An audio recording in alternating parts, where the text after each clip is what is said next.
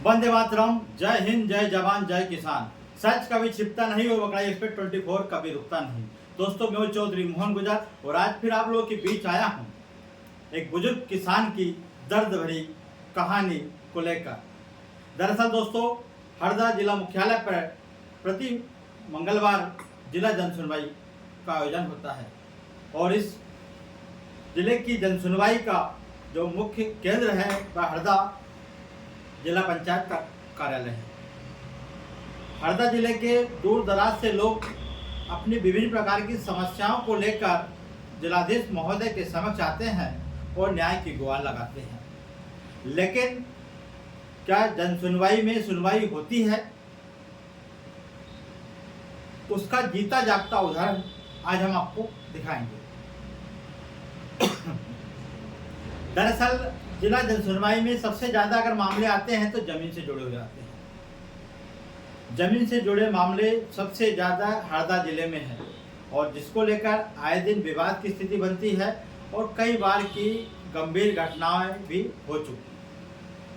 रहटगांव तहसील का एक मामला है। मामला जमीन से जुड़ा हुआ है और सगे भाइयों का मामला है, जिसमें छोटे भाई ने बड़े भाई की जमीन पर डाका डाला और धोखाधड़ी करके उसने जमीन और मकान अपने नाम पे कर। दोस्तों, इसके पहले मैं बता दूं कि राजस्व विभाग के भ्रष्ट अधिकारियों के कारण ये जमीन के जो मामले हैं वह बढ़ते जा रहे हैं जिले में।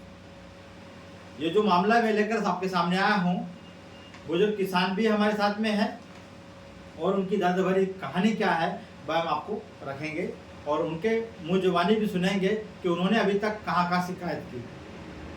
इसके पहले मैं आपको बता दूं, ये बुजुर्ग है काशी प्रसाद, पिता श्री भागीरथ गौर, निवासी फुलड़ी।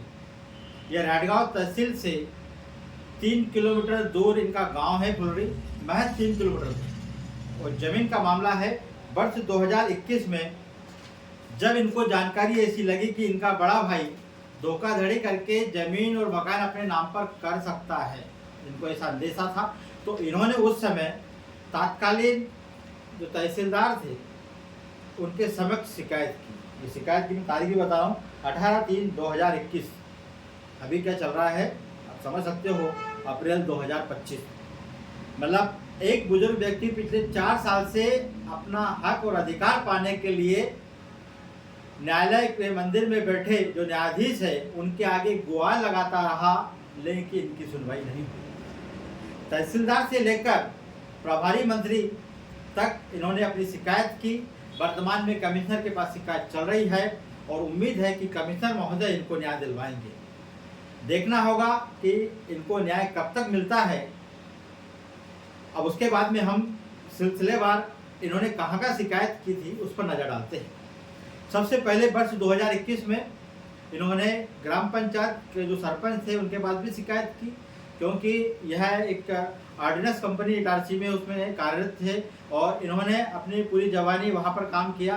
अब बुढ़ापे में जो इनका पैतृक गांव जो फुलड़ी है, या वापिस जब अपने गांव आते हैं तो इनको पता लगता है कि इनके साथ में ऐसी घटना हो गई। लेकिन एक बड़ा सवाल कि आखिर यह भ्रष्ट अधिकारी और बाबुओं पर कार्रवाई क्यों नहीं होती। हम बाबुओं की अगर बात करें तो तहसील मुख्यालय पर 10 से 15 साल हो गए बाबूहन अपना डेरा जमा हुए बैठे हुए हैं और सबसे ज्यादा भ्रष्टाचार उनके द्वारा किया जाता है, लेकिन उनके ऊपर कार्रवाई नहीं होती।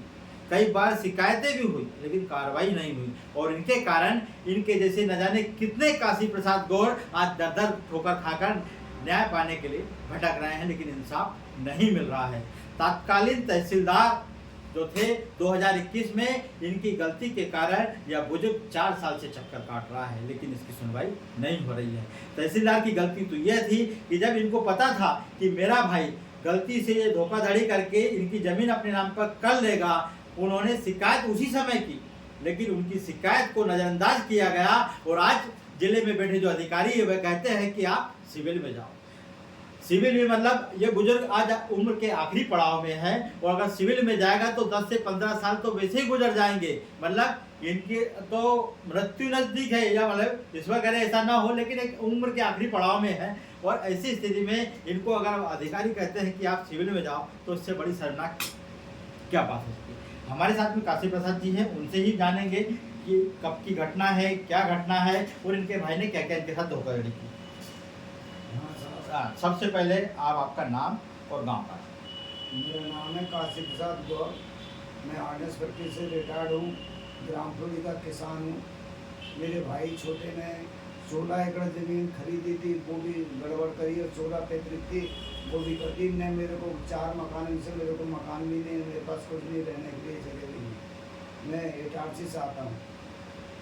पैतृक संपत्ति कितनी थी? 16 एकड़ ज़मीन थी हमारे दोनों के बीच में जी, और 16 खरीदी हुई थी। किस प्रकार आपके साथ धोखाधड़ी हुई, कब शिकायत आपने की? मैंने शिकायत सर 2021 से ही हम रेगुलर शिकायत आवेदन नाम नहीं चढ़ा मकान और जमीन, जिसके पहले ही आवेदन 4 जगह दिए। ग्राम पंचायत खुली में दिया, एसडीएम को दिया, कलेक्टर को दिया और एसडीएम साहब को दिया। तीनों जगह, चारों जगह हमने नाम नहीं चढ़ा, उसके पहले ही आवेदन दे दिए, जिसके बाद में उनका नाम चढ़ाया गया। प्रति मंगलवार आप जन सुनवाई में आते हैं, क्या कहते हैं अधिकारी? अधिकारी महोदय ये कहते हैं कि अब हो जाएगा, हो जाएगा। आप कहते हैं कि आप सिविल में जाइए। सिविल में जाने में कितना समय लगेगा, क्या होगा मेरा? कहाँ शिकायत कर चुके हैं अभी तक? मैं सर एसडीएम, तहसीलदार, हर जगह करके और प्रभारी मंत्री का विश्वास सारण पास भी कर दी सर। मुख्यमंत्री 2 बार मुख्यमंत्री, जब कृषि मंत्री कमल पटेल थे तो उस समय भी की थी। जिसके बाद में अभी ये मुख्यमंत्री, इनके पास भी 2 बार शिकायत कर चुका हूँ, कोई सुनवाई नहीं हुई आज तक। अभी कमीशन के पास शिकायत की थी आपने? अभी सर मैंने कमीशन पास गया हूँ, आपको क्या आश्वासन देते हैं? मंगलवार जैसे बहुत से लोग जन सुनवाई में आते हैं, क्या रहता है, क्या वास्तव में लोगों को इंसाफ मिल पाता है या नहीं मिल पाता? अभी आज तक किसी भी जन सुनवाई में किसी को भी नहीं मिला। हरदा जिले में कलेक्टर के माध्यम से मैं 17 बार आ चुका हूँ। 17 बार शिकायत आपने जन सुनवाई में जी। और सीएम हेल्पलाइन पे? सीएम हेल्पलाइन पे 4 बार की। अभी चल रही है वर्तमान में? अभी 1-2 महीने से अभी नाम नहीं आया। तो 2 महीने से कोई जानकारी नहीं मिल पाई कि क्या स्थिति पर आपकी? स्थिति क्या पोजिशन में क्या किया, ये तो मेरे को भी पता। आपका भाई का नाम पूरा, उसने जो शिकायत धोखाधड़ी की आपका? नितिन कुमार गौर। और भी भाइयों के साथ धोखाधड़ी की थी? और भाइयों के साथ में 2 भाइयों के साथ में बैंक का लफड़ा किया, फिर वहाँ से चल के बहन के साथ भी किया, भांजा के साथ में 76 वाला केस किया। ऐसा कई प्रकार हुए। 5वां नंबर मेरा है सर। मतलब विवादित है? विवादित है। ये बहुत जटिल समस्या है, बहुत बेईमान, बहुत गद्दार आदमी है। इतने सभी बहन भाइयों को निपटाने के बाद में मेरे 71 साल की उम्र में मेरे साथ में संघर्ष करना पड़ा। सगा भाई आपका? सगा भाई है। क्या संदेश देना चाहेंगे कि आपके भाई ने ही आपका हक छीना? ये जो कुछ किया वो सब भाई ने किया और एसडीएम इनके तहसीलदार से और पटवारी से मिलने के बाद में ही इनने सब हरकतबाजी की। तहसीलदार का क्या कहना रहा है? लगातार जैसे आपने शुरुआत में शिकायत की तो उस समय तहसीलदार ने क्यों नहीं कोई एक्शन लिया? पैसे लेके और इन्हें कोई मेरी सुनवाई नहीं कर रहा है। पटवारी बाबू व्यास और तहसीलदार मैडम, अभी जो करंट में तहसीलदार मैडम व्यास बाबू, हल्का नंबर 21 बैरागी, योगेश बैरागी पटवारी, ये तीनों लोगों ने मेरे पीछे काम नहीं होने लगे। नहीं तो अभी तक मेरा काम हो जाता है। ये तीनों को कभी जहाँ से चले जाए तो मेरा काम 1 मिनट 1 सेकंड में हो जाएगा। कोई भी आया अधिकारी है ना? कुल मिला के जो भ्रष्ट अधिकारी बैठे हैं इनका यहाँ से ट्रांसफर हो जाए तो आपको इंसाफ मिल जाएगा? जी, इंसाफ बिल्कुल 1 मिनट 1 सेकंड में मिलेगा। दूसरे कोई पटवारी या बाबू या वहाँ से तहसीलदार मैडम के लगा, दूसरा कोई आया तो मेरा 1 मिनट 1 सेकंड में मेरा काम होगा। तो ये थे काशी प्रसाद जी गौर और इन्होंने अपनी दर्द भरी कहानी आपके सामने रखी। दोस्तों, इनका कहना है कि इनकी जो सगा भाई है वह विवादित है। वो पूर्व में अपने बड़े भाई और छोटे एक और अन्य भाई बहन को भी के साथ भी धोखाधड़ी की थी और ऐसे विवादित व्यक्ति से साठगांठ करके रहड़गांव के तत्कालीन तहसीलदार, पटवारी और बाबू की मिलीभगत से इनकी जमीन इनसे छीन ली गई है।